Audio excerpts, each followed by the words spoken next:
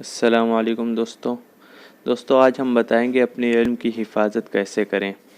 من اراد ان يحفظ العلم فعليه ان يلتزم 10 خصال۔ جو شخص چاہتا ہے کہ اپنے علم کی حفاظت کرے تو اس پر ضروری ہے کہ 10 باتوں کو مضبوطی سے تھامے رہے۔ تو سب سے پہلی بات کیا ہے؟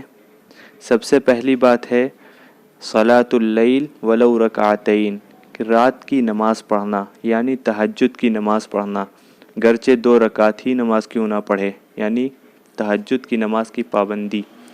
الثانیہ دوام الوضوء، نمبر 2 پر ہے ہمیشہ باوضو رہنا۔ باوضو رہنے کے بھی بہت سے فوائد ہیں، اس سے علم میں اضافہ ہوتا ہے، علم میں نورانیت پیدا ہوتی ہے۔ اور نمبر 3 پر جو چیز ہے الثالثہ التقوی فی السر والعلانیہ، کہ تقوی اختیار کرنا۔ تقوی کا مطلب ہوتا ہے خوف خدا، فی السر والعلانیہ یعنی تنہائی میں بھی اور لوگوں کے سامنے بھی، یعنی خلوت و جلوت ہر حال میں خوف خدا اور تقوی اختیار کرنا۔ اس سے بھی علم میں اضافہ ہوتا ہے اور علم محفوظ ہوتا ہے۔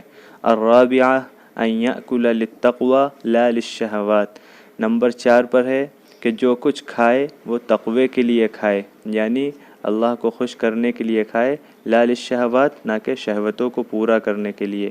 الخامسہ السواک، نمبر 5 پر ہے کہ مسواک کی پابندی کرنا، اس سے منہ بھی صاف رہتا ہے اور خدا کی محبت میں اضافہ بھی ہوتا ہے، علم بھی محفوظ رہتا ہے، ذہن بھی تیز رہتا ہے۔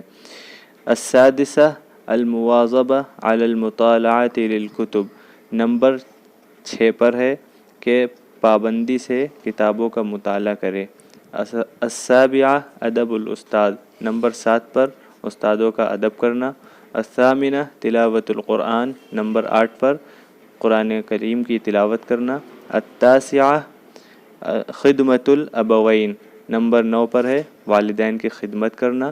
العاشرہ، نمبر 10 پر ہے حسن الاخلاق، یعنی اچھے اخلاق اختیار کرنا۔